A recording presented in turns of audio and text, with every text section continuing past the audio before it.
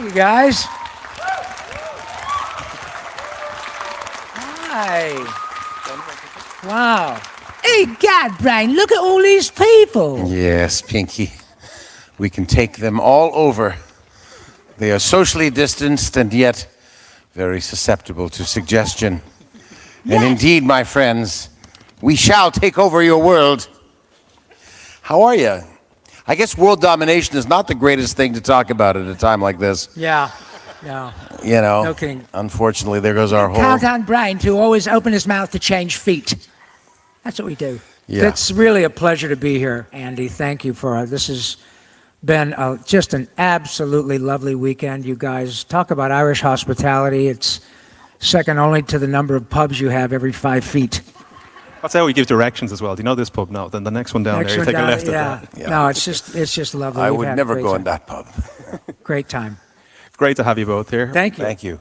Maurice, you have spoken about Rob and said you find yourself tethered to him. Yes. You were very nearly tethered to something else. You, I believe, came down to the last 2 for a show called Moonlighting, which had someone who I think went on to do a film or 2 after. Oh, yeah. No, I was actually the last 3. I was eliminated, and then I can't remember the name of the other actor. David was his first name, and this guy Bruno were the other. They were the other 2, and they had a little.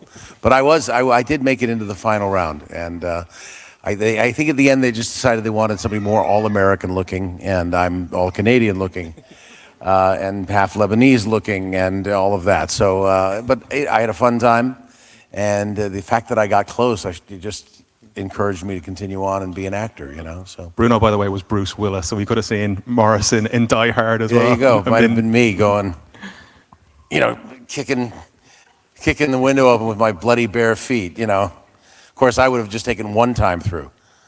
I wouldn't have had to come back 3 times like Bruce. Just, you know. You started on an iconic show yourself. You were the announcer on Cheers, is that correct? Well, I did all the announcement on the syndication for Cheers. Coming up next, that kind of stuff. It's a very easy gig, and they're lovely jobs because they pay very well, and if I can do it, anybody can do it. But that was a great gig. It was something it kind of fell in my lap, and it was not something that I had gone out of my way to procure, but I'll take it. Another show, of course, that you made, Pinky and the Brain, which you're going on. Which show is that? Pinky and the Brain from the animation. Oh, yes, I remember them. I've heard of that. What was that audition process like, and what was were you given ideas of what the characters would be, or were you told, you know, free range, you can do whatever you want here? Well, Maurice, they really wanted us to bring our stuff to the audition. They didn't have a lot of preconceived notions, and in fact, I walked in thinking, well, they've got a preconceived notion here. They've drawn this character look like Orson Welles, so they obviously want me to do Orson Welles. They know I do this Orson Welles frozen peas outtake thing that's sort of like my mic check, where wherever there was a lull, I just go, we know a remote farm in Lincolnshire where Mrs. Buckley lives. Every July, peas grow there. Do you really mean that?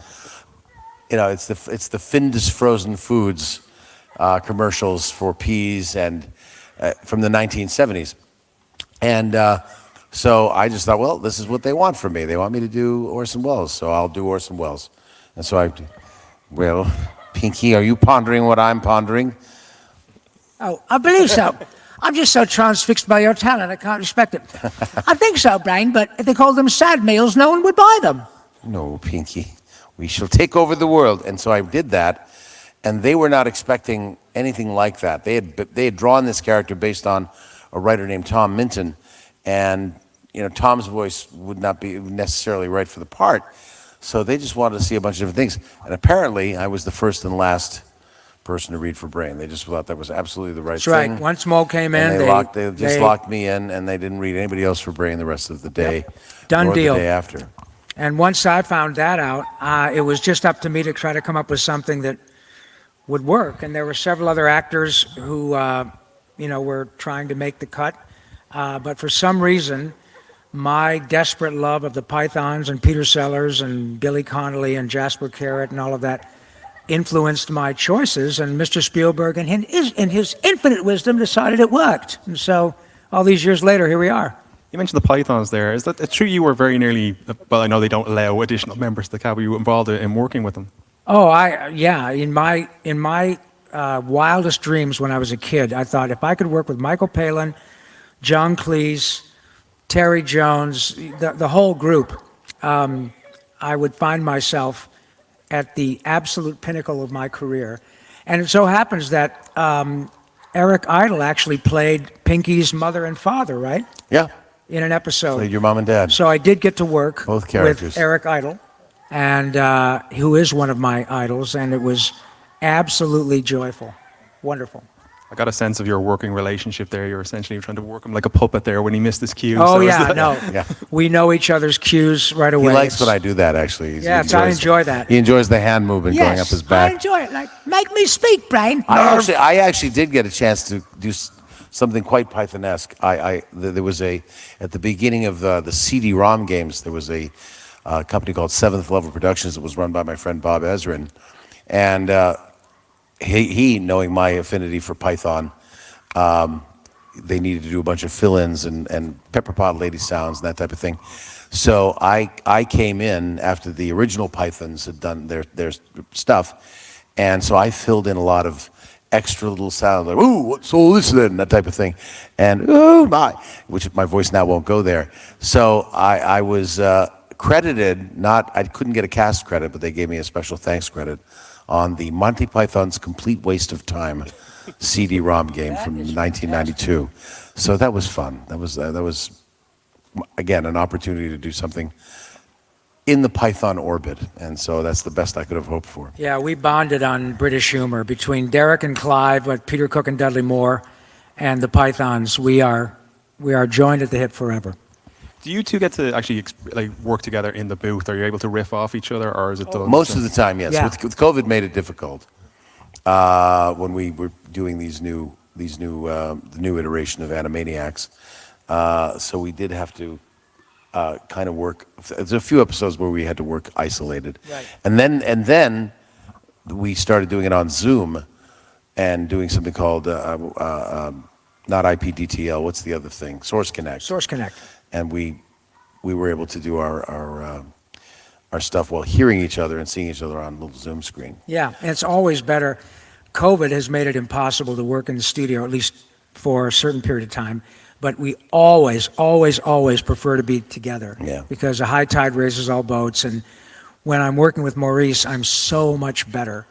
The same with Billy West and Tress MacNeille and Frank Welker and all these wonderful actors that just make us so much better when we're working together. So I'm really looking forward to that. I always look forward to that. Yeah. You were saying there, Maurice, about your sounds. One of the things you've been asked for as well is you're a stunt burper. I did the Yakko stunt burp. Hang on though, I'm aware of. Did Lucy? Did your brain fall down there? Fell straight down. Can you reach it? Let me see if we can reach it. She's a bit upset because her toy fell down one there. Oh, it went under. We'll get somebody to get that for you.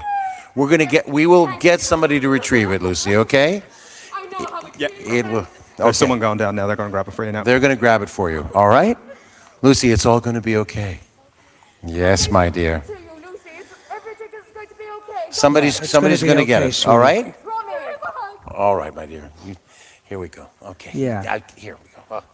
All right. All right. It's okay. It's okay.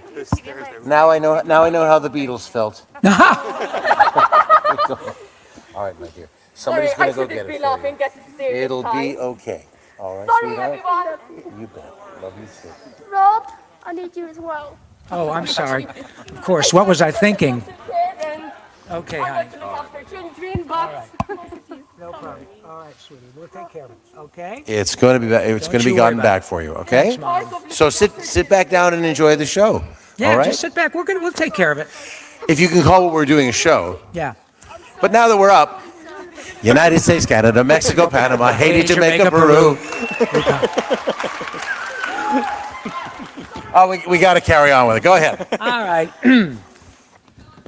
Where was I? Republic Dominican, Cuba, Caribbean, Greenland, El Salvador, too. Puerto Rico, Colombia, Venezuela, Honduras, Guyana, and still Guatemala, Bolivia, then Argentina, and Ecuador, Chile, Brazil, Costa Rica, Belize, Nicaragua, Bermuda, Bahamas, Tobago, San Juan, Paraguay, Uruguay, Suriname, Memphis, Guyana, Barbados, and Guam, Norway, and Sweden, Iceland, and Finland, and Germany, now one piece. Switzerland, Austria, Czechoslovakia, Italy, Turkey, and Greece. Poland, Romania, Scotland, Albania, Ireland, Russia, Oman, Bulgaria, Saudi Arabia, Hungary, Cyprus, Iraq, and Iran, Syria, Lebanon, Israel, Jordan, both Yemen, Kuwait, and Bahrain, the Netherlands, Luxembourg, Belgium, and Portugal, France, Denmark, and Spain, India, Pakistan, Burma, Afghanistan, Thailand, Nepal, and Bhutan, Cambodia, Malaysia, then Bangladesh, Asia, and China, Korea, Japan, Mongolia, Laos, and Tibet, Indonesia, the Philippine Islands, Taiwan, Sri Lanka, New Guinea, Sumatra, New Zealand, then Borneo and Vietnam, Tunisia, Morocco, Uganda, Angola, Zimbabwe, Djibouti, Botswana, Mozambique, Zambia, Swaziland, Gambia, Guinea, Algeria, Ghana. But wait, there's more. Burundi, Lesotho, and Malawi, Togo, the Spanish Sahara is gone. Niger, Nigeria, Chad, and Liberia, Egypt, Benin, and Gabon, Tanzania, Somalia, Kenya, and Mali, Sierra Leone, and Algeria, Dahomey, Namibia, Senegal, Libya, Cameroon, Congo, Zaire, Ethiopia, Guinea-Bissau, Madagascar, Rwanda, Myanmar, Cayman, Hong Kong, Abu Dhabi, Qatar, Yugoslavia, Crete, Mauritania, then Pennsylvania, Monaco, Liechtenstein, Malta, and Palestine, Fiji, Australia, Sudan. Sweetie. Oh, okay, honey. Okay. Bless your heart. I'm Okay. feeling a bit upset because her boyfriend died there. You're welcome, sweetie. So Now, that was a Yako, little impromptu. are you pondering what I'm pondering? That there are many more countries in the world now. Oh, that's right. Now that you mention it, and that song- didn't exist back then, and now there are new countries. Do you know those? Wait a minute. There are several new countries that have sprung up since that song was written. Let me see if I can come up with those. Montenegro, Bosnia, Herzegovina, Soviet Union is gone. South Africa and Georgia. Moldova, Latvia, Belarus, Azerbaijan, Uzbekistan, hey. Pakistan, hey. Uzbekistan, hey, Kazakhstan, hey. Then there's Tajikistan too, Turkmenistan, Kurdistan, Armenia, Togo, Palau, Lithuania, Serbia, Kosovo, US, Samoa, the Balkans, Brunei, Macau and Crimea, then Eritrea, Ukraine and Estonia. Here's Macedonia, New Caledonia, Eastern Slavonia, Ivory Coast and Cape Verde, Andorra, the Solomon Islands, Dubai. Yes. And look, your brain is back. Thank you. Andy, thank you. Thank Andy. Thank you. Of course, sweetie. Thank oh, you. it's hard for me to get back down. It's good, but there it is. It's back. That's Andy and his crew got that back for you. That's right. Give them a hand. Thank Well you, my done. dear. I'll see you later. We'll have a hug Yeah. later. It's just hard for Uncle Mo to get up and down. Yeah.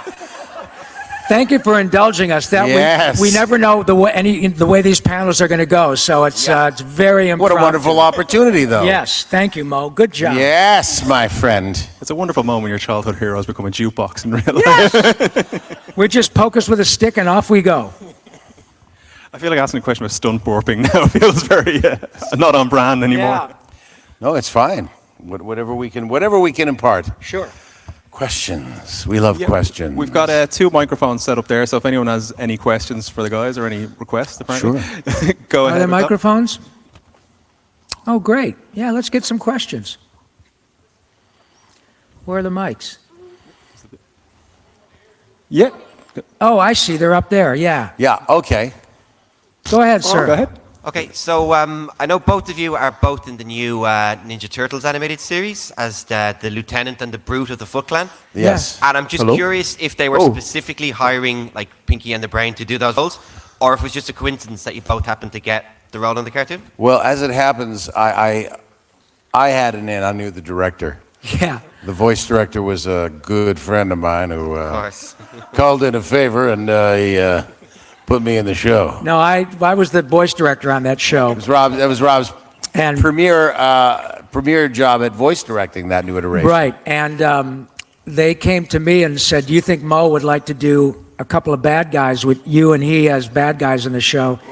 And it was absolutely because of Pinky and the Brain that they brought course. them in. Yeah. And they showed up in, what, 7 or 8 episodes? Something Yeah, like it's that? the Foot Brute and the Foot Lieutenant. Yeah, and then think in the movie, they made a Ninja Turtles Rise of the TMNT movie that's coming out, and they showed up in that. So yes, it definitely had to do with Pinky and the Brain. Cool. Okay, Thank you. Yeah, thank you. Go over here now for the next one. This is a question for the both of you. Are there any more obscure roles that you wish had gotten more attention? Obscure roles we'd wished gotten more attention. I was always in love with a show we were both on. Oh, Bless you. bless you. A show we were both on called Tasmania. Yeah. Yeah, down in Tasmania. Come to Tasmania. And we played The Papas Brothers. the Platypus Brothers. And that was some of our first real give and take kind of voice acting, where we played a duo. Yeah. And we had to, bounce off. We of had a each other. great time. Yeah. And the other one for me is a little known show called Captain Simeon and the Space Monkeys, which was on the, I think it was just in syndication. I thought it was really well done science fiction. I mean, we had sci-fi actors from both the Babylon 5 universe and the Star Trek universe. Michael Dorn was our big villain, and Malcolm McDowell and David Warner were our villains. Wow. And gosh, this is, by the way, when you get into your 60s, the two things that go are knees and names. Yeah. And I'm like, I can't remember Jerry's name. Jerry from he played Garibaldi on Babylon 5. I don't remember. Oh gosh. Jerry. Anyway, Jerry's not with us anymore, but he played Captain Simeon. It was great. It was written by the late great Gordon Bressak, 3-time Emmy winner for writing Animaniacs and Pinky and the Brain. Love you, Gordon. It was really good science fiction. DC Fontana from the original Star Trek series wrote episodes for us, and it just didn't catch. It didn't get traction with the audiences, but we loved doing it. Jeff Bennett was on that, Yeah, it's a and good show. Dom Herrera, and it was just a wonderful show. Yeah, I Well done. echo, James Avery played Gore Ella. It was great. I echo Mo's sentiments about Tasmania. It's a great show. I think all the episodes are probably on YouTube. Very clever show. I also did a show with Mark Hamill and Pam Adlon called Time Squad. Wow, I love Time And we Squad. did that for one episode at Cartoon Network many years ago, and it was excellent. And just didn't catch on, but that stuff happens, But we've got. I guessed it on that a couple You times. did. Yeah. You and Corey Burton and a lot of people. But we certainly have had more than our share of shows that did stick. So it's worked out Yeah. well. Thank you. Tasmania was actually huge here. What's that? Tasmania was huge over here. It was? Was it? Was it a Yeah, big it was one? on a show Well, called, yeah, you like- were all singing the theme song, so I guess Down this in is where it got Tasmania. Come to traction. Tasmania. That. Yeah. The look of disgust. Yeah, well, How we about that, love son? show. How about a little blah, blah, blah, yakety schmackety? That's right. And I played Didgeridingo, and I played Francis X. Bushlad, and of course, one half of the Platypus The Platypus Brothers. Great fun. Well, thank you for We watching never knew the which show. one we were. We just did this. Didn't matter. Yeah. We were interchangeable. Okay. Who's next? Question over here, please. Lucy's next. First of all, I just wanted to say a huge thank you to Maurice for helping me get my brain toy back. I was absolutely in tears when I accidentally dropped him, and you guys really, really helped. Rob as well for singing Yak as well to cheer me up. You were absolute legends, and I absolutely love you for that. Well, you're welcome, sweetie. Thank Andy and his great crew here for and getting also it back for you. one more thing. And also to the host of this panel, I apologize for doing the panel. Hopefully my crime wasn't even caught on camera on video. You have absolutely nothing to apologize No for. worries, Thank no you worries so at all, much my for dear. that. You're just fine. Yep. Yeah. You're good, as the kids say now. You're good. Yeah. Thanks a lot, Lucy. Anyways, well, me and these two, I think I want to do this in my Pinky and the Brain voices because why not? And here it is. Oh no. Do you have stage fright, Pinky? Yes, I do. Be careful. Oh, I'm sorry. Can't. Okay. Pinky, you ready? Ready. Oh. You have stage fright? Yes. Hold my hand. Thank you. All right. So, we would like to know, Pinky and the Brain, this is for the both of you, and Rob and Maurice to be Pinky and the Brain for this part, because why not? Pinky, Brain, you there? Yes. Pinky, you ready? As ready as I shall ever be, my dear. Anyways, yeah, I have had a couple of variants of this question, but I just wanted to ask you this. Pinky, Brain, I've actually been wondering, well, the Beijing 2022 Winter Paralympic Games recently came to a close, the closing ceremony, and there was an amazing fireworks show after the extinguishing of the Paralympic flame. And when I saw that, I actually had another question, but I thought I'd just scrap that. I wanted to know, Pinky and the Brain, I really wonder what kind of fireworks you like. What type? What we like? Which type of fireworks we like? Oh, which type of fireworks we like? As Pinky and the Brain?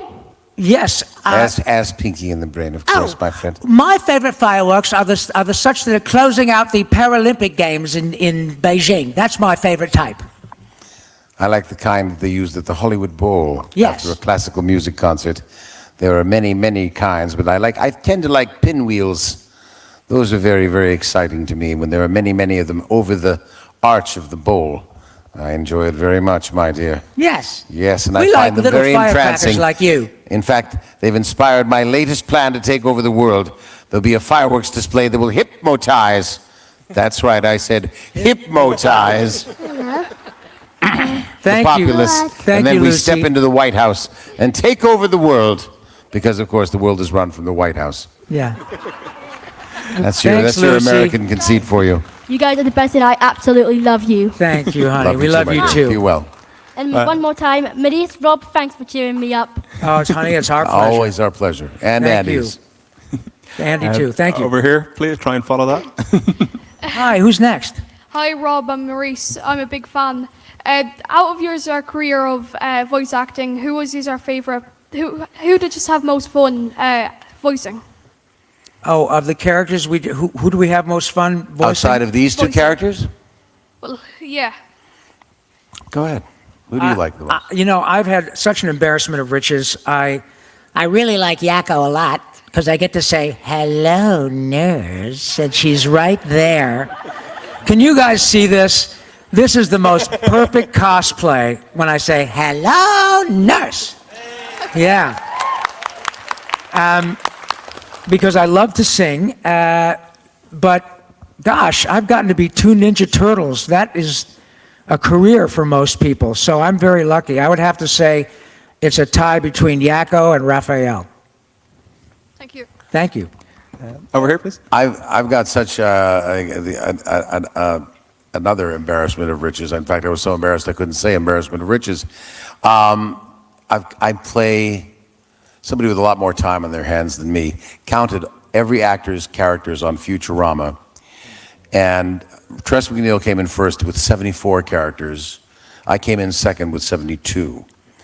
So Futurama has been so good to me. It's brought me 2 Emmy Awards. This gentleman here has won an Emmy Award for Pinky and the Brain.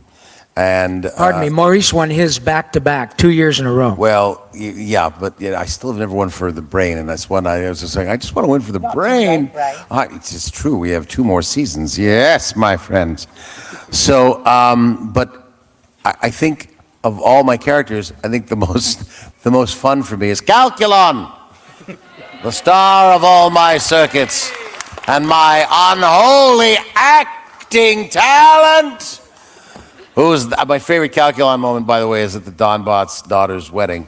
And he goes, "This is all about you. It's your day. So, who's that singing at your wedding? It's Calculon, Calculon, Calculon." That's my favorite Calculon moment. Thank you. Another one you do on that show I absolutely love is Clamps. Just, You like the clamps? You want a good clamping? Clamp, amp, and damp. over here, please. I was going to ask you to sing the countries of the world before earlier, but Yeah, Okay, too we late. can do that. Come on, Well, let's go. again, I decided United to go- States, I- Canada, I- Mexico, Panama. Oh, sorry. but I decided to go with something of Rob's, which is a great show he did, which was The Mask, which is a great song. Oh, thank you. Which is a great talent, and to me, you were Jim Carrey, like just in that role. But can you? Yes, but can it's you- scale. Yeah, I got to I be Jim know. Carrey for a whole lot less money. I know, but would you sing the intro to The Mask if you can? If not, I'll just ask. Oh, gosh. Maurice to sing the I Brain got song you. from. I think I can sing. It's a great song. I got you with my winning smile. I'm a living lesson in flair and style. You just can't help but stare at my savoir-faire. I'm Nouveau, Greco, Roman, Greco, Rococo, Barocco, bebop, a hip-hop. Somebody stop me.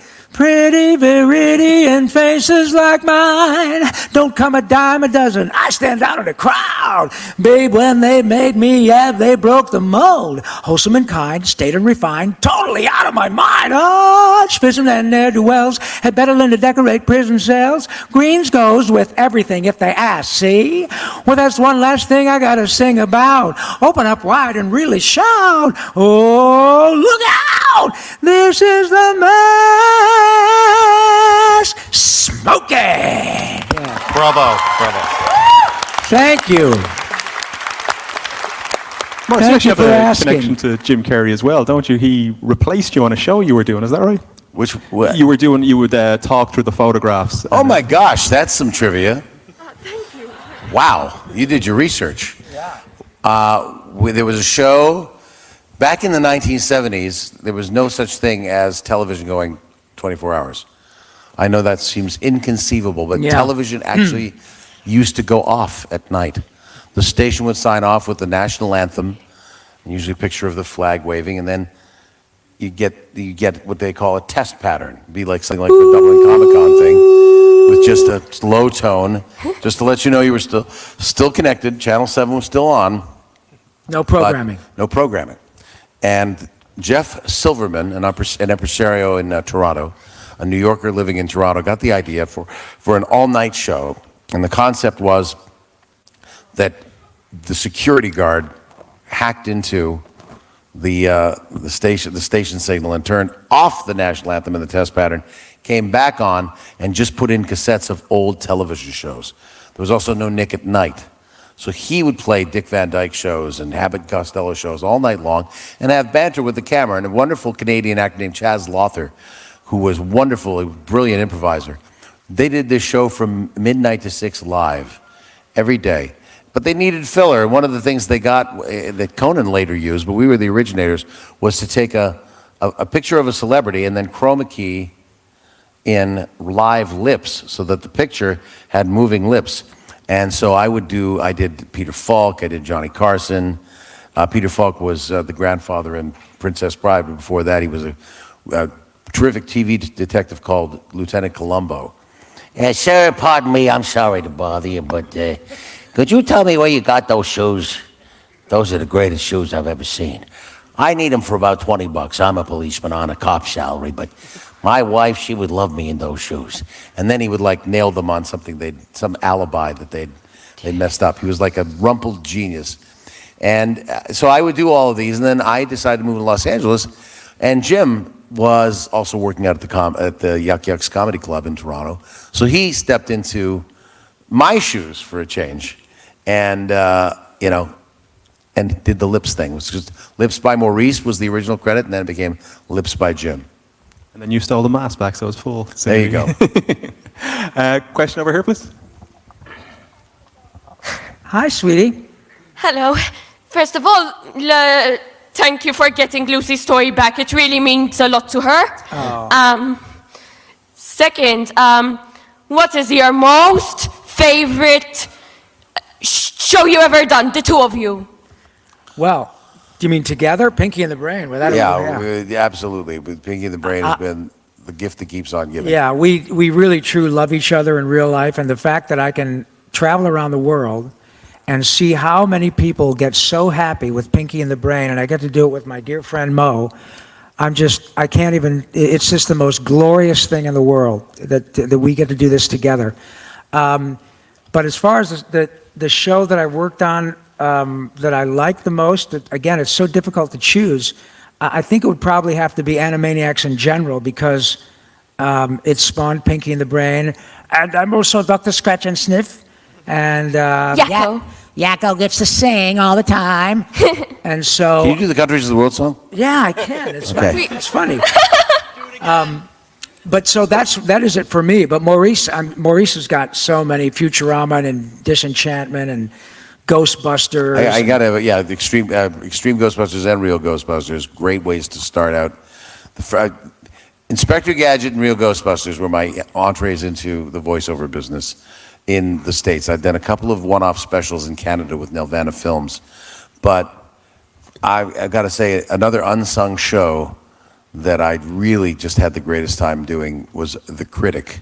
Oh, yeah. I don't know if any of you remember The Critic with John Lovitz. Yeah. The absolutely brilliant John Lovitz. Great show. It was a great show, and there were so many opportunities for movie parodies, but it was also just a terrific writing about a lovable, if nebbishy character, and I just loved being part of that show and getting to play the critic's best friend, an Australian actor that was sort of based on Paul Hogan and Mel Gibson rolled into one. So he was sexier than Paul Hogan, but wilder than Mel Gibson.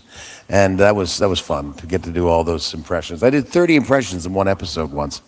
So, again, great writing by Mike Reese and Al Jean, who are still, Al Jean is the showrunner on The Simpsons now.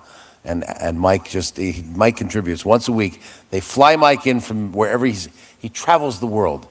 And once a week he flies in from wherever he is, they fly him in, and he goes into the conference room and just punches up jokes. And then flies out that night, and he and his wife travel the world some more. They got the most amazing life I've ever seen. So Mike and Denise. I was going to ask you about that episode, The Critic, because you were in the Guinness Book of Records. You've done 30 characters in 30 minutes. Was that pitched to you, or was that just a case of they're called up and you're like, I'm doing that? I opened up the script and was like, oh, wow, look at this.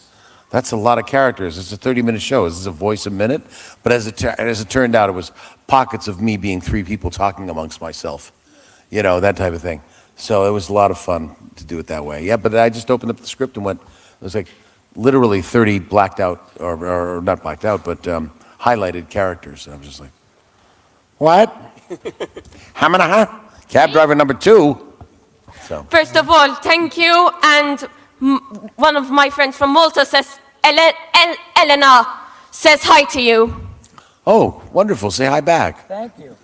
Thank you. Take good care. Thank you, Anne-Marie.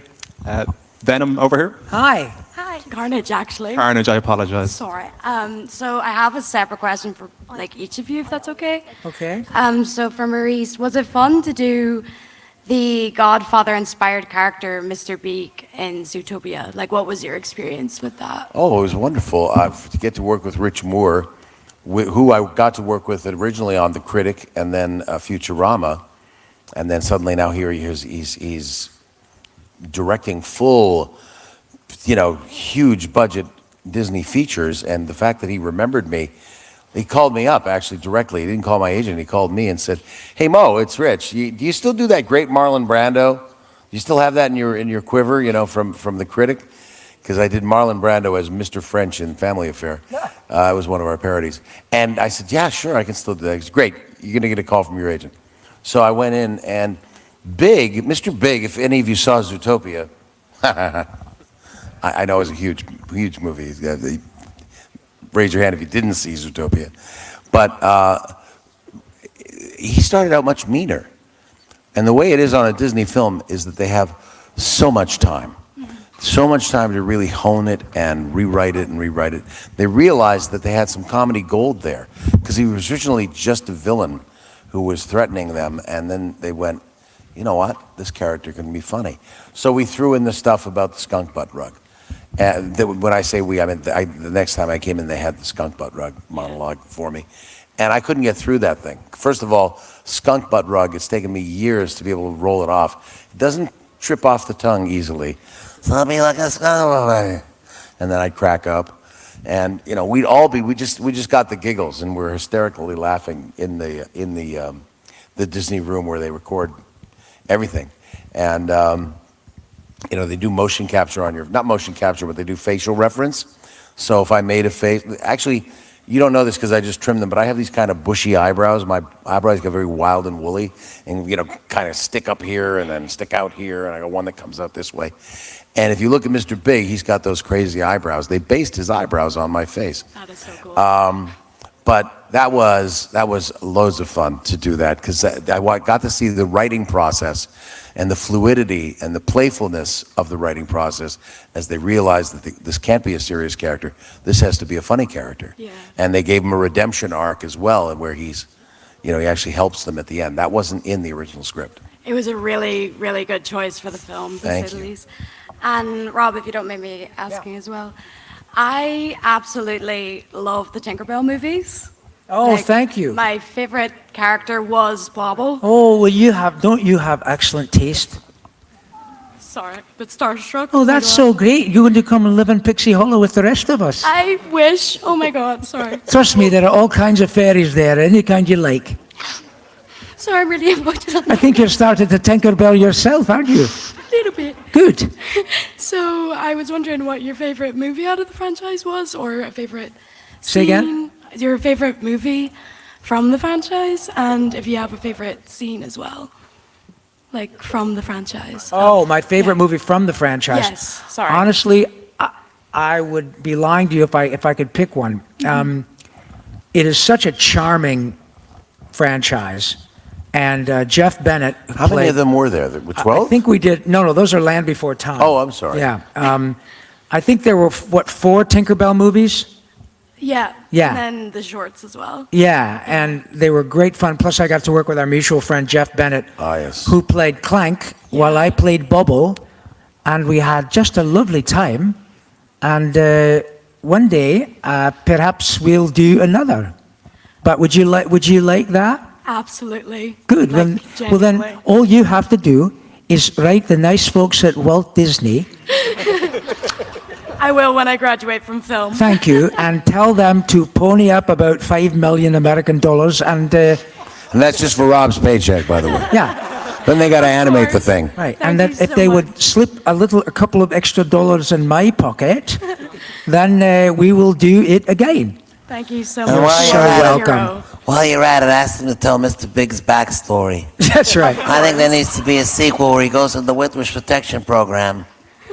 And then they find out, he's such a bad guy. Thank you both so much. You Thank are you, heroes. my dear. That's very Don't take kind no of you. skunk butt rugs from nobody or I'll ice you. Thank you. Question Hi. over here, please. Hi. I think I speak for almost everybody if I say you made up most of our childhood, if not all of our childhood. So my question is, Thank you. Means a lot. so my question is there a role that you guys played that are very popular, that's very popular, but not many people know that it was you guys that played it? Like, for example, I didn't know Rob played Snowball in Rick and Morty. So, Oh, yeah. what's a role that you guys played that not many people know you played? Well, for the longest time, not everybody knew that I was Carl Weezer. So I guess that's a pretty good one, because I love croissants. Sure beats lifting stuff. How about you, Maurice? I'll tell you, people don't know that I was Big Bob Pataki, the Beeper King, in Hey Arnold. Yeah.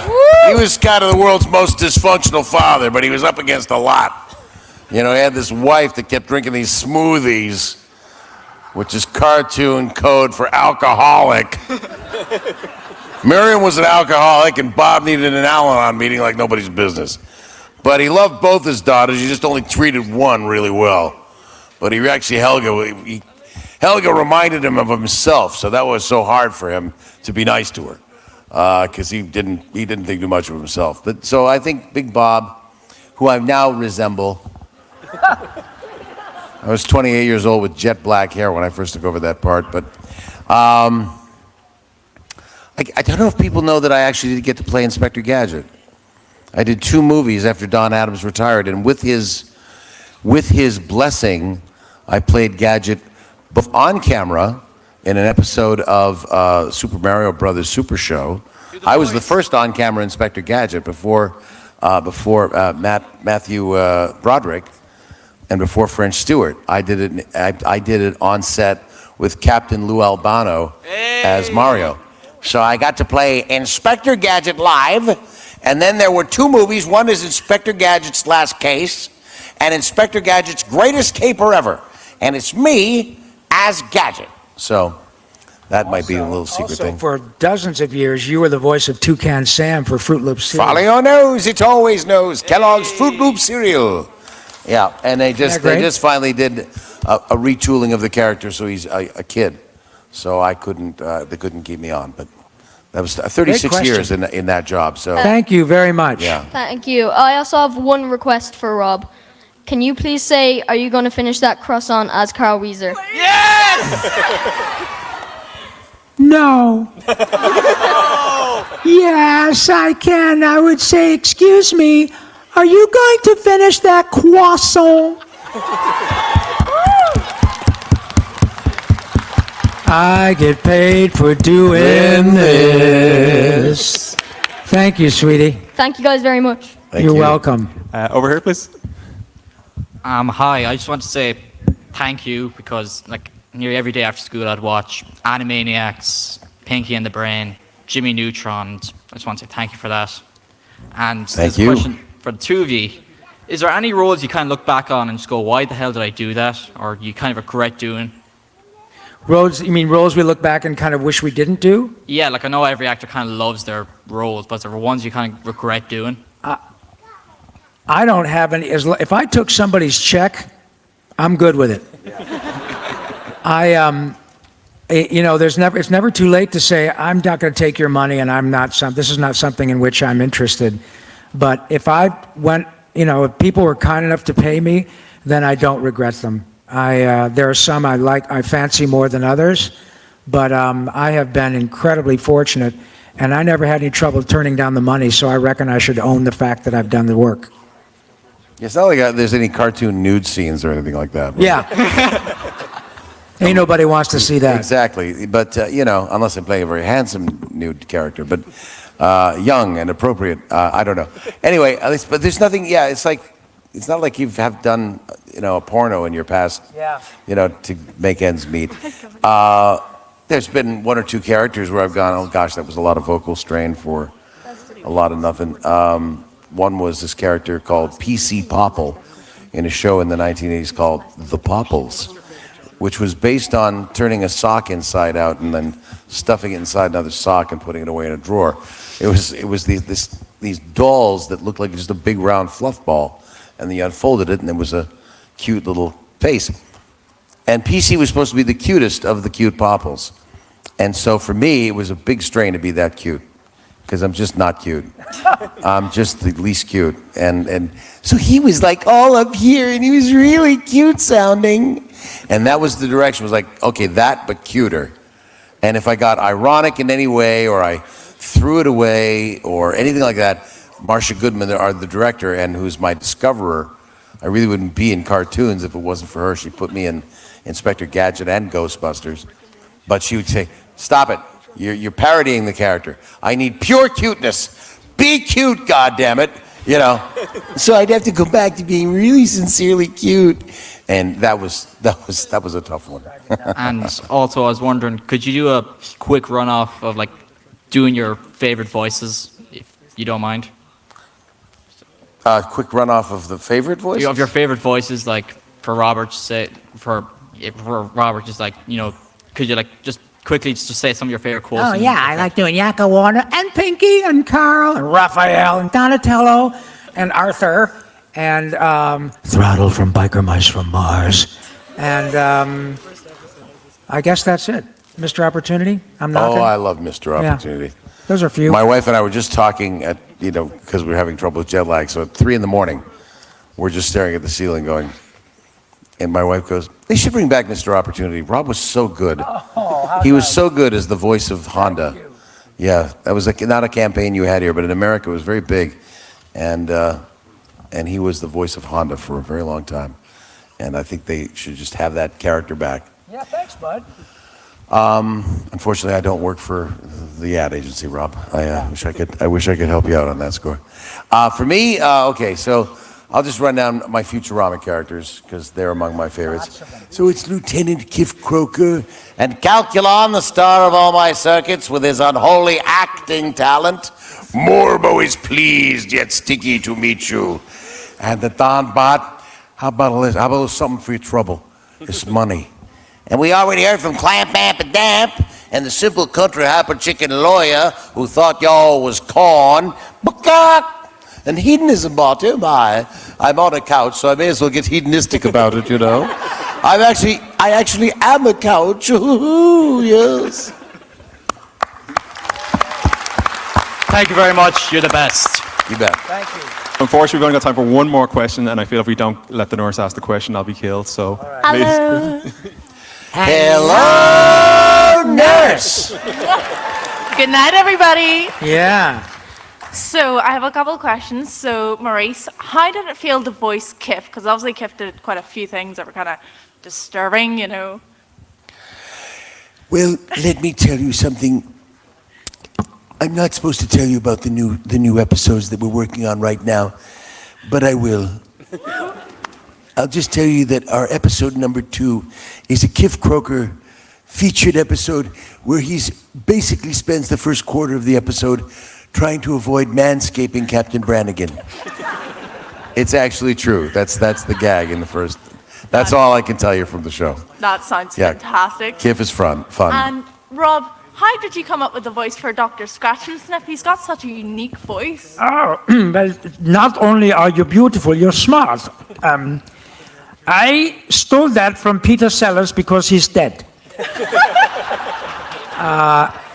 My all-time favorite movie is Dr. Strangelove, and there's a character of the Peter Sellers plays in there that's not dissimilar to Dr. Scratch and Sniff.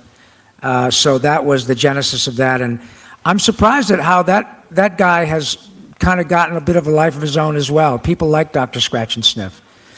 And of course, you are in the medical profession as well, my dear, and you can help me psychoanalyze anyone, anytime, anywhere.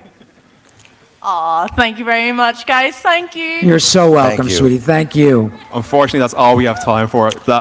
Rob Morris, I can't thank you enough. That was just the absolute most crack. You are everything that I hoped you would be, and a hell of a lot more. Thank you, ladies and gentlemen. Rob Paulsen and Maurice LaMarche. Young people. Thanks, guys. Thank you very much. Appreciate it. Thanks.